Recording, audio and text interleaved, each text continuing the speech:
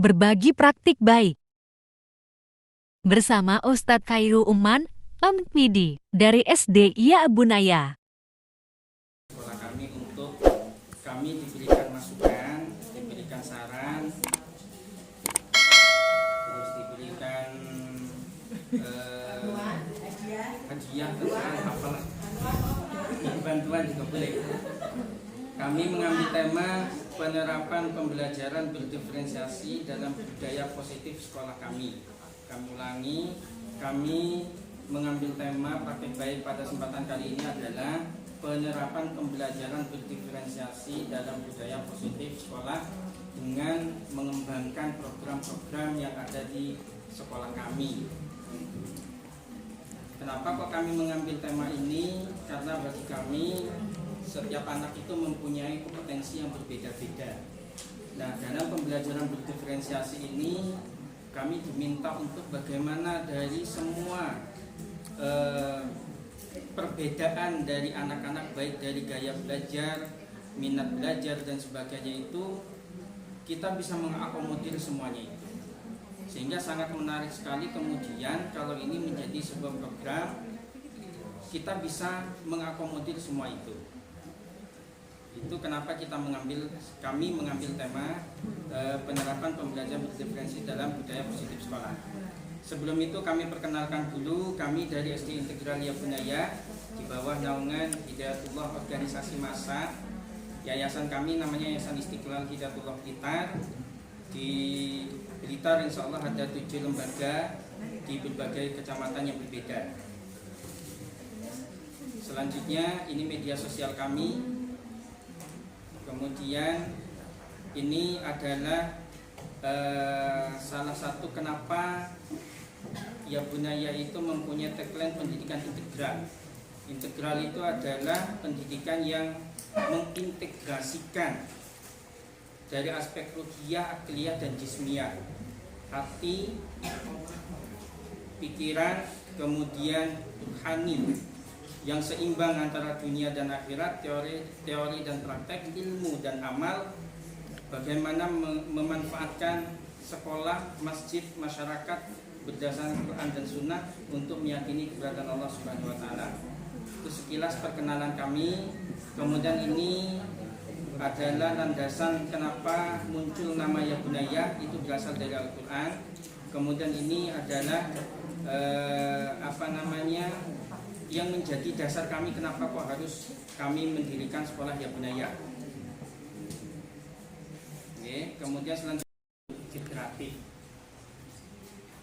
Kemudian excellent dalam penguasaan Al-Quran, excellent dalam bidang akademik, excellent dalam bidang bahasa Arab dan bahasa Inggris, excellent dalam bidang life skill, pelayanan dan pembentukan budaya ilmiah Islam dengan kebutuhannya, karena setiap murid mempunyai karakteristik yang berbeda-beda sehingga tidak bisa diberi perlakuan yang sama.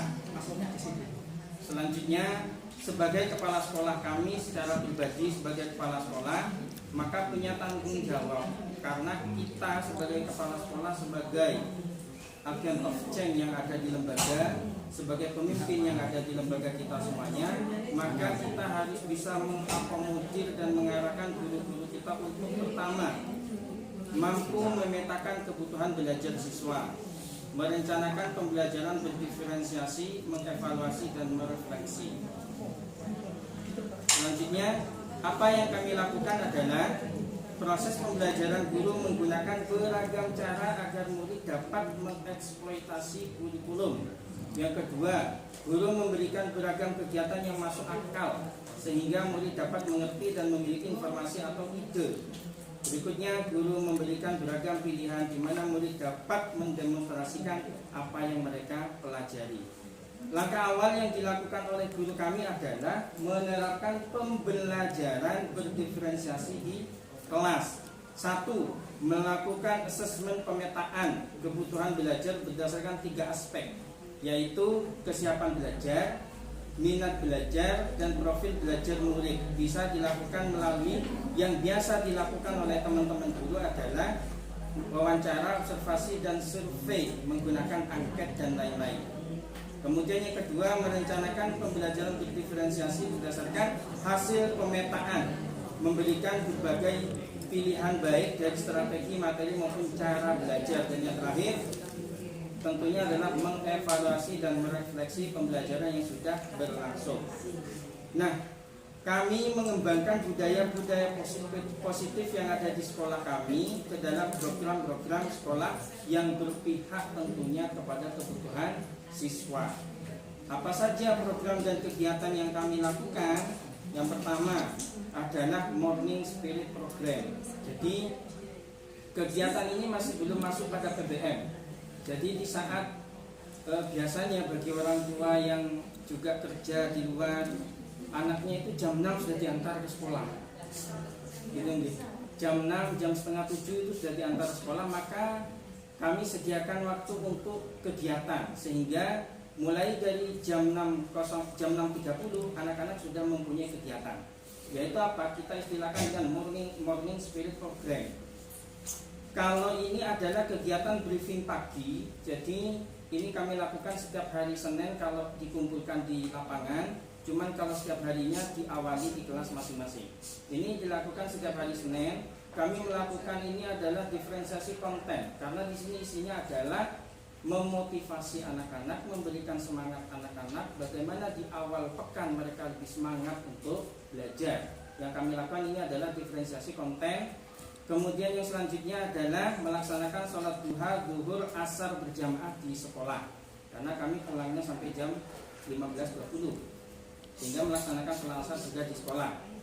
Kemudian yang berikutnya, tahfidz pagi ini masih belum masuk PBM, tetapi di luar dari PBM. Artinya masih kegiatan aktivitas pagi, gitu ya. Masih aktivitas pagi mulai dari jam 00 sampai nanti jam 7.15. Karena kami masuknya jam 7.30.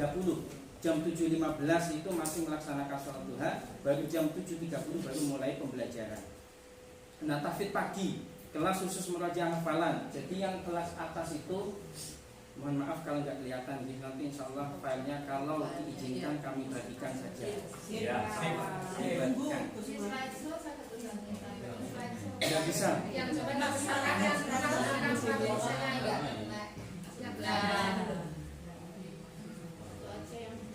Dibuat full screen nggak bisa.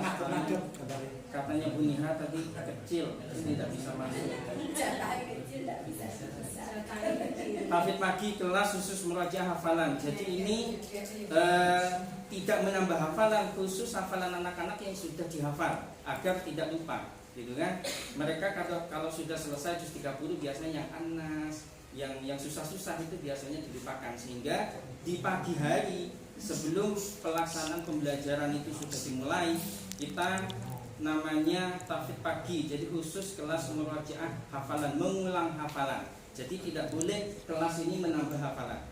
Dan ini nanti ada asesmennya juga, ada buku kontrol dan monitoringnya juga, agar tercatat. Dan pelaksananya di luar, jadi tidak di dalam kelas. Jadi bisa di gazebo, di halaman, atau di masjid, atau di aula. Kemudian super intensif kelas. Yang bawah super intensif kelas itu khusus anak-anak kelas 6. Jadi mulai jam 00 sampai jam 7.15. Pendalaman khusus kelas 6 persiapan USBK. Kalau sebelum itu adalah persiapan untuk diterima di SMP. Nah, itu kita lakukan mulai dari semester 1. Kemudian selanjutnya adalah ini yang kita gunakan, metode yang digunakan dalam pembelajaran tahfidz dan Al-Quran adalah klasikal dan individual. Maka secara tidak langsung klasikal itu sudah memenuhi 3 diferensiasi, baik itu konten, kemudian produk dan proses. Kenapa? Karena klasikal itu semua anak mengikuti apa yang dibacakan oleh gurunya. Jadi setiap hari kami tidak langsung satu surat, tidak, tetapi 1 ayat saja setiap hari. Dan itu dipandu oleh gurunya. Insya Allah nanti bukunya ada di bawah. Kemudian individual. Setelah nanti secara bersama-sama klasikal 1 ayat, baru nanti secara individual maju satu-satu, dan itu diulang sebanyak 10 kali. Contoh bukunya yang kami gunakan adalah seperti ini. Buku monitoring tahfidz sekaligus juga ayatnya. Ini cukup 1 ayat saja Bapak Ibu. Jadi secara bagi anak-anak yang visual itu punya tulisannya dipegang oleh masing-masing, gitu ya. Itu visual. kita mengakomodir dari 3 minat belajar anak, visual, auditori, dan kinestetik. Kemudian yang auditori juga begitu. Bagaimana caranya? Yaitu gurunya itu yang membacakan dulu. Jadi setiap hari tidak lebih dari 2 ayat, cukup 1 ayat saja dibacakan. Misalkan ini juz 29. Ini contohnya kemarin dapatnya juz 29. Jadi 1 ayat dibacakan, ayo anak-anak, ustazah bacakan dulu, diikuti sebanyak 10 kali. Nah, itu auditori lengkap, yang visual juga dapat. Yang visual melalui buku, yang auditori melalui bacaan dari gurunya. Gitu nggih. Kemudian yang kinestetik bagaimana? Nah, ini nanti ketika individual. Jadi setelah selesai dibaca bersama-sama, nanti individual maju satu-satu. Macam-macam yang kinestetik Bapak Ibu. Jadi menghafalkannya itu tidak bisa diem seperti ini. Jadi tangannya yang gini-gini, yang gini-gini baru bisa hafal. Ada yang maju mundur menghafal.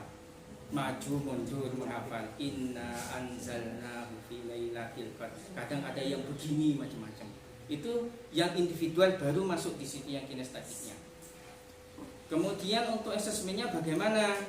Nah, di dalam pembelajaran Al-Qur'an kami, ini kami masih belum masuk di PBM yang yang pembelajaran masih di kelas Al-Qur'an, masih di kelas tahfidznya ya. Jadi di kelas kami itu dibagi menjadi marhalah. Jadi yang marhalah 1 itu tidak hanya kelas 1, tidak, tetapi sesuai dengan target hafalannya daripada anak-anak, gitu ya.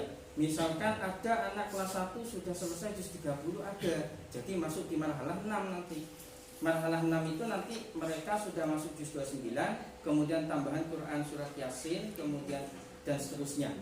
Untuk marhalah 1 itu tentu nanti di kelas 1, gitu ya. Tentu ada anak-anak yang cepat menghafalnya, jadi nanti terus naik seperti itu. Nah, untuk mereka naik ke kelas berikutnya, ke marhalah berikutnya, nanti ada asesmennya, ada ujiannya, gitu ya. Ujian tingkat, baru kemudian bisa naik ke berikutnya.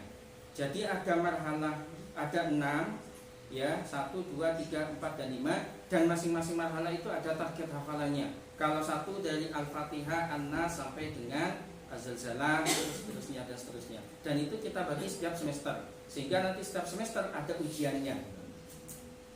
Kemudian ini sistem penilaian, sistem asesmennya, bagaimana kenaikan jilidnya itu dilakukan pada saat seperti apa, ini juga ada semua, tidak perlu kami bacakan karena panjang. Kemudian ada kriteria penilaian dan sebagainya. Nah, kemudian setelah mereka selesai, bagi anak-anak yang mencapai target hafalan, maka nanti ketika di semester di akhir tahun itu kita laksanakan ujian terbuka.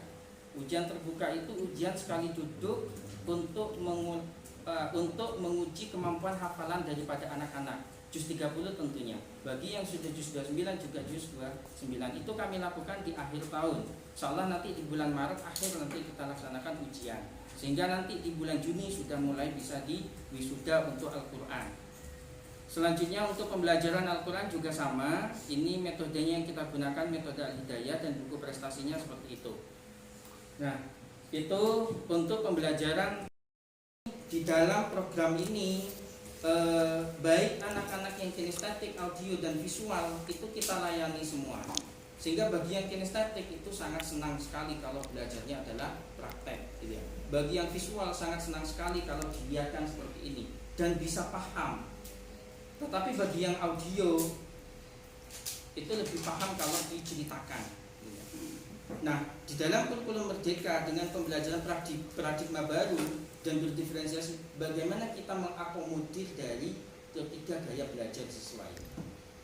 Belajar sambil praktek, juga belajar sambil bermain. Setiap pembelajaran itu ada unsur bermainnya, karena kan temanya, kemudian materinya juga ada matematika, misalkan yang dilakukan oleh teman-teman matematika, bagaimana menghitung. Bagi anak yang kinestetik, kita ajari angka ditulis depan tulis belum bisa, tetapi diajak bermain ke depan halaman, mereka diajak untuk melompat, karena di halaman kami ada kotak-kotak angka 1, 2, 3. Ini angka 1, 2, 1 tambah 2 dengan cara melompat itu tadi. Nah, bagi yang kinestetik itu sangat gampang sekali memahami seperti itu. Tapi bagi yang visual ya cukup ditulis di papan tulis, dijelaskan, insya Allah sudah paham. Tetapi karena kami satu kelas sehingga semua gaya itu kita laksanakan agar semua dapat. Contoh hasil asesmen diagnostik yang kami lakukan adalah ini contoh kelas 1 yang sudah kami asesmen. Yang pertama contohnya seperti itu nih, dari gaya belajar. Yang audio siapa, yang visual siapa, kemudian bagaimana kemampuan membaca menulisnya, membacanya bagus, membacanya sangat bagus misalkan. Kemudian dari minatnya bagaimana, ada yang minat menggambar, membaca dan seterusnya. Ini kita lakukan melalui observasi, wawancara dan angket. Jadi tentu adalah holistik, tidak parsial gitu ya. Kemudian kontekstual sesuai dengan kenyataan, tentunya berpusat kepada peserta didik, dan yang berikutnya adalah eksploratif. Nah, maka kami mengambil tema bagaimana berdiferensiasi berpusat pada peserta didik itu sendiri.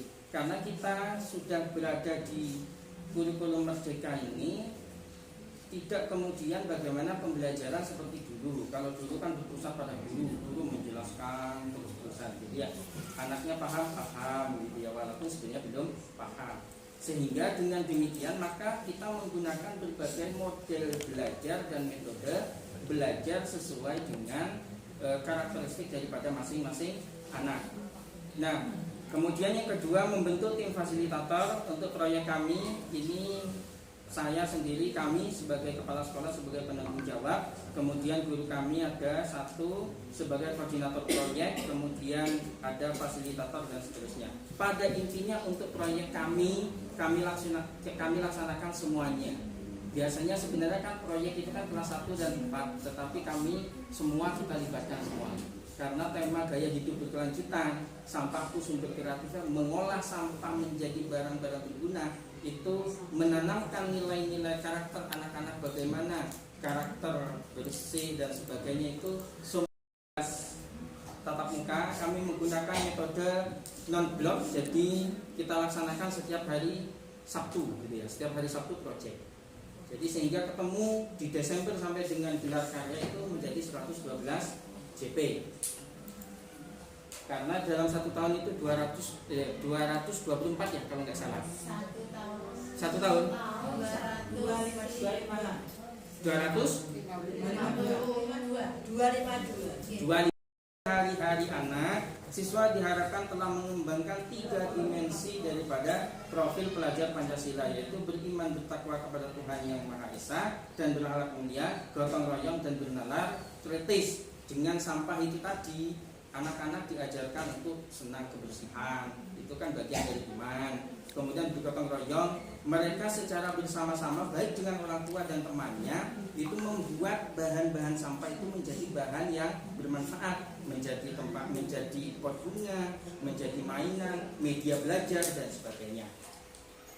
Oke, sebenarnya ini juga ada videonya, video kegiatan kami mulai dari awal sampai dengan gelar karya, tetapi karena belum support, jadi kita lewati saja.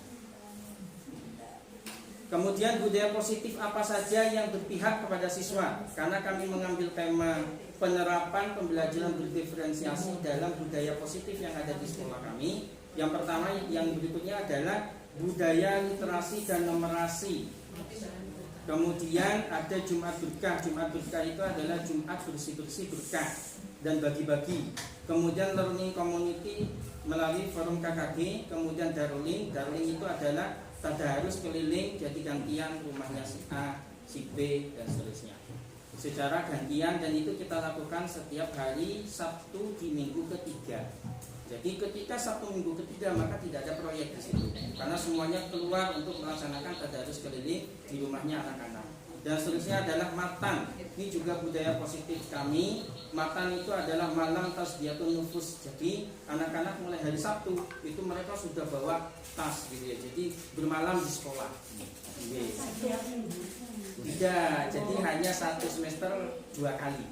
Jadi nggak setiap Sabtu. Gurunya gemper. Oke, 1 semester 2 kali.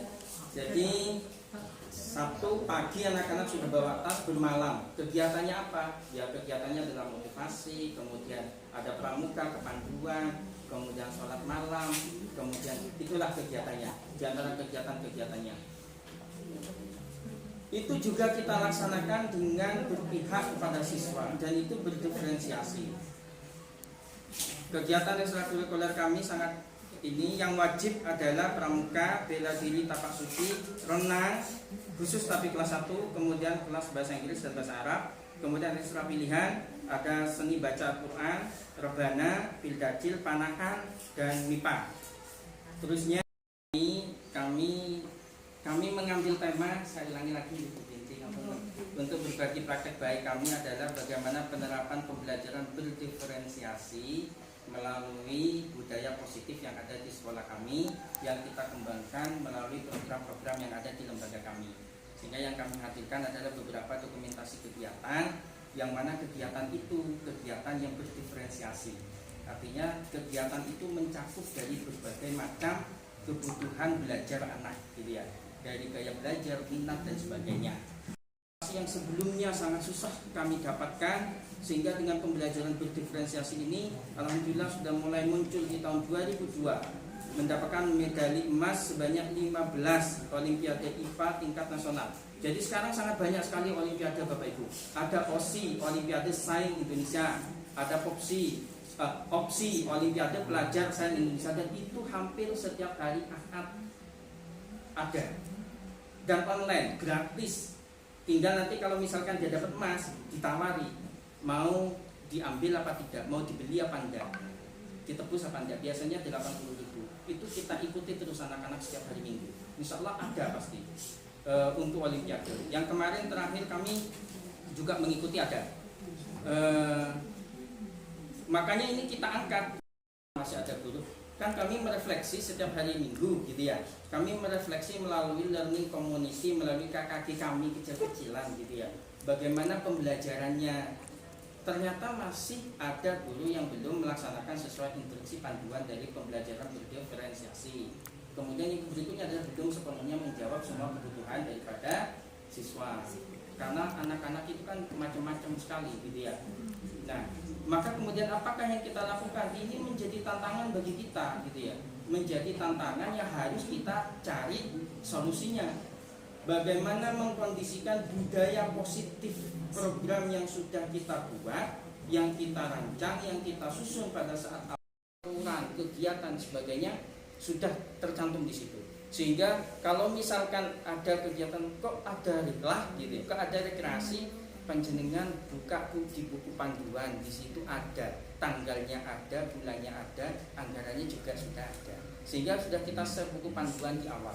Jadi kita buat buku panduan program kelas 1 dan itu kita bagikan kepada wali murid, kita cetak berbentuk hard file itu sebagai pedoman gitu ya, bagi wali murid untuk melihat kegiatan-kegiatan kita. Nah, ya ini yang kita lakukan, walaupun tidak sepenuhnya, itu kan tantangan. Buku agenda penguatan forum KKG itu namanya. Kemudian studi tiru dari sekolah Imbas tadi sudah kami sampaikan dari gugus 3, alhamdulillah sudah dilaksanakan. Pembayaran ini di luar dari materi.